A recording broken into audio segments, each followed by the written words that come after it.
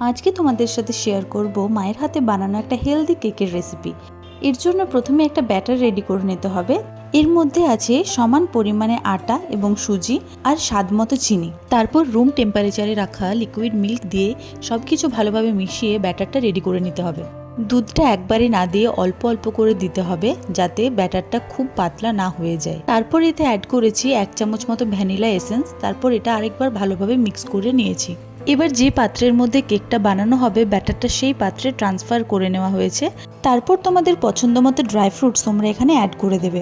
মা এখানে দিয়েছে কিশমিশ, সানফ্লাওয়ার সিডস আর পামকিন সিডস, আর কয়েক টুকরো আমন্ড ওপর থেকে গ্রেড করে দিয়েছে।